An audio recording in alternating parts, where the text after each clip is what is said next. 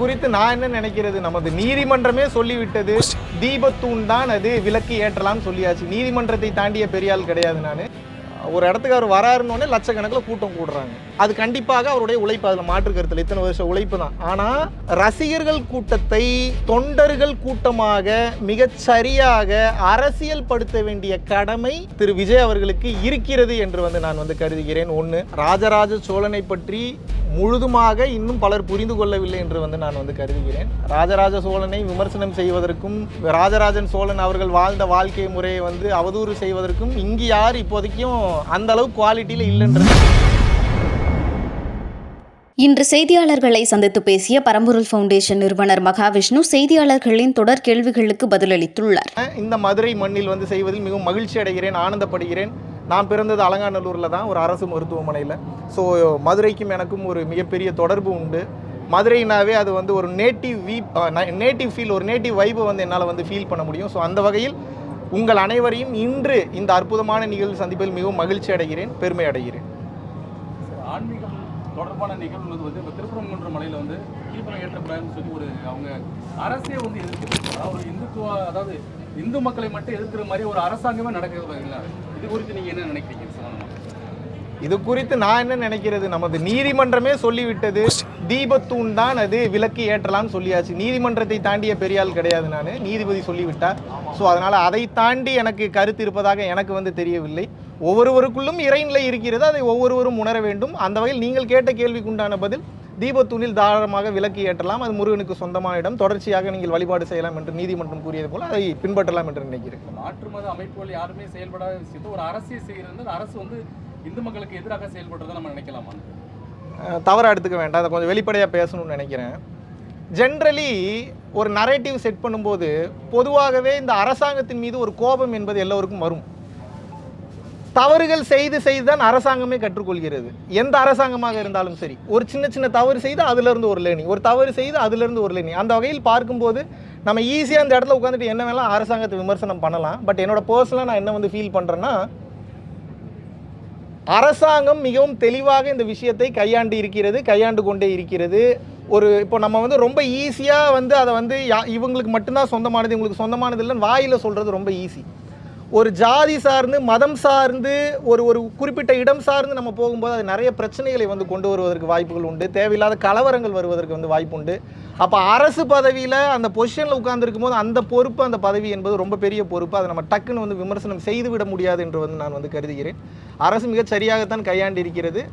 So அரசு எப்போது தங்களது நிலை தடுமாறும் போது நீதிமன்றம் உள்ளே வந்துடுது. அப்புறம் நீதிமன்றம் அதற்குண்டான நீதியை பெற்று தந்திருக்கிறது என்று நான் கருதுகிறேன். மோடி பிரதமர் பின்னாடி பார்த்தீங்கன்னா ஆன்மீகம் தொடர்பான அரசியல் உலக நாடுகள் அளவுக்கு ஒரு கவனத்தை ஈர்த்திருக்குது. அது குறித்து உங்களோட கருத்து? 200% அதில் மாற்று கருத்து இல்லை. ஏனென்றால் இப்போ நான் இப்போ பிரதமர் மோடி ஐயா அவர்களை பற்றி பேசுவதனாலோ இல்லை பிஜேபி, இப்போ நான் அஃப்கோர்ஸ் அவர் பிஜேபி கட்சியில் தான் இருக்கிற, அப்போ பிஜேபி நான் கோட் பண்ண எப்படி பேசுவேன், அதனால் நான் பிஜேபியை சார்ந்தவன் என்றும் நான் சொல்ல வரவில்லை. என் கருத்து என்னவென்றால், ஜியோ பாலிட்டிக்ஸில் வெஸ்ட்ன்னு சொல்லுவாங்க, அந்த மேற்கு உலக நாடுகள், மேற்கத்திய நாடுகள் வீழ்கிறது என்பது உண்மை. வேர்ல்டு ஆர்டர்னு சொல்லுவாங்க. இப்போ வேர்ல்டு ஆர்டர் கம்ப்ளீட்டாக சேஞ்ச் ஆகிருக்கு. ஸோ ஆதிக்க சக்திகள் முன்னாடியெல்லாம் ஆங்கிலேயர்களை மட்டுமே நம்பி தர்மத்தை எப்போது அதை எம்ஃபசைஸ் பண்ணி இந்த நாடு நல்லா இருக்கணும், நாட்டு மக்கள் நல்லா இருக்கணும், உலகம் நன்றாக இருக்க வேண்டும் என்று ஒத்த சிந்தனையில் உள்ள பல்வேறு நாடுகளில் இருக்கக்கூடிய ஆதிக்க சக்திகள் ஒன்றாக சேர்ந்து இப்போ பார்த்தீங்கன்னா இந்த பிரிக்ஸ்ன்ற அமைப்பை கொண்டு வந்திருக்காங்க. ஸோ அந்த வகையில் பார்க்கும்போது நான் பர்சனலாக நிறைய நாடு சுற்றிக்கிட்டே இருக்கிறவன் தான், உங்களுக்கு நிறையா தெரியும். இப்போ கூட சிங்கப்பூர்லேருந்து தான் வந்தேன், மறுபடியும் இப்போ 2 நாளில் துபாய் போகிறேன், அப்புறம் ஆஸ்திரேலியா போகிறேன், அப்படியே ஊர் சுற்றிக்கிட்டே இருப்பது வேறு மேட்ரு. இப்போ உலகம் முழுவதும் நான் சுற்றி பார்க்கும்போது நான் தெரிந்து கொண்ட, பர்சனலாக நான் புரிந்து கொண்ட விஷயம் என்னவென்றால், இந்தியாவினுடைய மதிப்பு உலகெங்கிலும் மிக உயர்ந்த அளவில் பேசப்பட்டு கொண்டு வருகிறது. இதில் மாற்று கருத்தே கிடையாது. ஸோ இந்தியாவை கேட்டு ஒரு முடிவு எடுக்கிறதா இருக்கட்டும், இந்தியாவினுடைய ஆளுமைகளிடம் கேட்டு ஏதோ ஒரு ஆப்ஷன் எடுக்கிறதா இருக்கட்டும், வணிக ரீதியான விஷயங்களை எப்படி ஆளுமை பண்ணுறன்ற விஷயமா இருக்கட்டும், எல்லாவற்றிலும் இந்தியா இன்று முதன்மை இடம் வைக்கிறது. எல்லாவற்றுக்கும் மேலாக பிரிக்ஸ் போன்ற நாடுகளுடைய அமைப்பில் இந்தியா இன்னைக்கு தலைவராக இருப்பது மிகவும் சந்தோஷப்படக்கூடிய விஷயமாக நான் கருதுகிறேன். நீங்கள் கேட்ட கேள்விகளுக்கு உண்டான மொத்தமான பதில் என்னன்னா, இந்தியா ஜப்பானை பின்னுக்கு தள்ளி ஜிடிபியில் 4th பிளேஸ் வந்து முன்னேறி செல்கிறது என்றால் இதை விட நாட்டினுடைய growth-ஐ நம்ம எப்படி வந்து வெறும் வார்த்தைகளால் வந்து சொல்லிவிட முடியாது. இட்ஸ் வெரி பிக்கெஸ்ட் சேஞ்சுன்னு நான் வந்து கருதுறேன். சார் 3 மாசத்துல இப்போ எலெக்ஷன் வரப்போகுது. திமுகவுடைய 4.5 வருஷம் ஆட்சி எப்படி இருக்குன்னு பார்க்குறீங்க? ஏன்னா இப்போ சமீப காலத்தில் அவங்க நிறைய சர்ச்சை நடந்தது, பரம்பொருள் ஃபவுண்டேஷன் மூடப்பட்டது, அதுக்கான சரியான விளக்கமும் நம்ம சைட்ல இருந்து வரல. இது என்ன ரீசன்? ஆட்சியிலிருந்து இல்லை, முதல்ல ஒவ்வொரு பதிலாக சொல்லிடணும்னு நினைக்கிறேன். 4 வருட ஆட்சி எப்படி இருந்ததுன்னு கேட்குறேன். கிட்டத்தட்ட 4.5 வருட ஆட்சி 3 மாசத்துல எலெக்ஷன் வரப்போகுது. நல்லா தான் பண்ணிகிட்டு இருக்காங்க, இன்னும் நல்லா பண்ணுவாங்கன்னு நம்புகிறேன். அரசை விமர்சனம் செய்யும் அளவுக்கு எனக்கு அறிவு இருக்கான்றது தெரியல, எனக்கு தகுதி இருக்கான்றது வந்து தெரியல.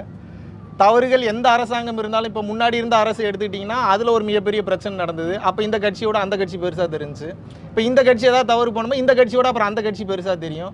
அப்புறம் இந்த 2 கட்சி பிரச்சனை பண்ணும்போது சம்மந்தமே இல்லாமல் ஒரு புது கட்சி வரும்போது உங்களுக்கு என்ன தெரியும்? இதோட அந்த கட்சிக்கு போயிடலான்னு தெரியும். அப்புறம் அந்த கட்சியை கொண்டு வந்து சீட்டில் உட்கார வச்சிங்கன்னா என்ன தெரியும்? இதுக்கு அவங்க 2 பேருமே எவ்வளோ பரவாயில்லன்னு தெரியும். இப்போ நான் என்ன கேட்குறேன்னா, இக்கரைக்கு அக்கறை பச்சை தான். மனிதர்கள் முதலில் புரிந்து கொள்ள வேண்டும், உண்மையாகவே வளர்ச்சி என்ன, உண்மையாகவே நோக்கம் என்ன, உண்மையாகவே நாம் எதை நோக்கி செல்கிறோம் என்ற அந்த புரிதலோடு உங்களுக்கு இறைவன் வந்து ஆன்மாவை கொடுத்திருக்கிறார். ஜனநாயகம் என்ன கொடுத்துருக்கு? ஓட்டுரிமையை கொடுத்துருக்குது. அப்புறம் 5 வருஷத்துக்கு ஒரு முறை நீங்கள் முடிவெடுக்கக்கூடிய தகுதி உங்கள்கிட்ட தான் இறைவன் வந்து கொடுத்துருக்கிறாரு. ஜனநாயக முறையிலையும் வந்து கொடுத்துருக்குறாங்க. அப்புறம் ஓட்டு போட்டு தேர்ந்தெடுத்துட்டு அப்புறம் சரியில்லைன்றது சரியாக இருக்காது என்று வந்து நான் வந்து கருதுகிறேன். ஸோ மறுபடியும் உங்களுக்கு ஆப்ஷன் வரப்போகுது, அதை நீங்களே முடிவு செய்தால் மிகவும் நன்றாக இருக்கும் என்று வந்து நான் வந்து கருதுகிறேன். நடிகர் விஜய் வந்து ஒரு கட்சி ஆரம்பிச்சிருக்காரு. அவருடைய செயல்பாடுகள் எப்படி பார்க்குறீங்க? தமிழகத்துக்கு அவர் அரசியல் தேவைதானா? திரும்பவும் அந்த திராவிட அரசியல் சித்தாந்தத்தை தான் அவர் கொண்டு வராரு. திருப்பி புதுசாக ஏதாவது எதிர்பார்க்கலான்னு பார்த்தா அதே திராவிட சித்தாந்தம் தான் கொண்டு வராரு. இதை பற்றி நீங்கள் என்ன நினைக்கிறீங்க? இந்த உலகத்தில் புதுசுன்னு ஒன்று இல்லை. சாரி க ம ப த நீ அவ்வளோதான். ஏபிசிடிலேருந்து செட்டு வரைக்கும் தான், அஆஇலேருந்து அக்கு வரைக்கும் தான், காங்காச்சாலேருந்து எண்டு வரைக்கும் தான். இதை தான் மாற்றி மாற்றி எழுதுன, வேறு என்னத்தை போய் மாற்றி எழுதுறது? ராஜராஜ சோழன் போன்றவர்களை வந்து இன்றைக்கு கொண்டு வந்து விமர்சனம் பண்ணக்கூடிய அளவுக்கு அரசியலோட சூழல் வந்து மாறி இருக்குன்னு நினைக்கிறீங்களா? முடிச்சிட்றேன். ஃபர்ஸ்ட் இதை முடிச்சிடறேன், அப்புறம் இதுக்கு நல்ல கேள்வி அதுவும் வந்துடுறேன். விஜய் அவர்களை பற்றி வந்து நான் வந்து சொல்ல வேண்டும் என்றால், புதுசாலாம் அவர் ஒன்றும் பேசலை, இன்னும் நிறையா பேசணும்னு வந்து கருதுகிறேன். நான் வந்து விஜய் அவர்களுக்கு இதை வந்து நான் வந்து ஒரு விமர்சனமாக வைக்காமல் அவர்களுக்கு ஒரு வேண்டுகோளாக வைக்க வேண்டும் என்று நான் வந்து கருதுகிறேன். என்னென்னா, ஒரு இடத்துக்கு அவர் வராருன்னொடனே லட்சக்கணக்கில் கூட்டம் கூடுறாங்க. அது கண்டிப்பாக அவருடைய உழைப்பு, அதில் மாற்று கருத்தில் இத்தனை வருஷம் உழைப்பு தான். ஆனால் ரசிகர்கள் கூட்டத்தை தொண்டர்கள் கூட்டமாக மிகச்சரியாக அரசியல் படுத்த வேண்டிய கடமை திரு விஜய் அவர்களுக்கு இருக்கிறது என்று வந்து நான் வந்து கருதுகிறேன். ஒன்று, ஏன்னா நிறைய பிரச்சனைகள் இதுக்கடுத்து வந்து வராமல் வந்து இருக்க வேண்டும். அது மட்டுமல்லாமல் கூட இருப்பவர்கள் கண்டிப்பாக ஏதோ ஒரு பிரச்சனைகள் கூட இருக்கிறவங்க மூலிமா வந்துக்கிட்டே தான் இருக்கும். கொஞ்சம் மிகவும் கவனமாக, ஆத்மார்த்தமாக, ஆழமாக அவங்க பண்ணக்கூடிய மிஸ்டேக்கையும் என்னதான் சப்போர்ட்டிவ்க்கு இருந்தாலும், இப்போ இவர் என் கூட இருக்கிறாருன்னா என் நண்பர்ன்ற ஒரே காரணத்துக்காக இவர் என்ன பண்ணாலும் நான் சரின்னு போயிட முடியாது. ஏன்னா இவர் இன்னைக்கு எடுக்கக்கூடிய ஒரு டிசிஷன் வந்து இங்கே உட்கார்ந்துட்டு இருக்கக்கூடிய 2000 பேரோட வாழ்க்கையும் பாதிக்கும். அரசியலோட நிலைமை எப்படி இருக்குன்னு கேட்குறேன். நேற்று திருமாவளவன் வந்து விமர்சிச்சிருந்தார் 2 நாளுக்கு முன்னாடி வந்து ராஜராஜ சோழன் வந்து தமிழை அழிச்சிட்டாரு, எங்களுக்கு மேலே நம்பிக்கையே கிடையாது, தமிழ் அழியதுக்கு காரணம் இந்த மாதிரி ராஜாக்கள் தான் அப்படின்னு சொல்லியிருக்காரு. இது எப்படி நீங்கள்?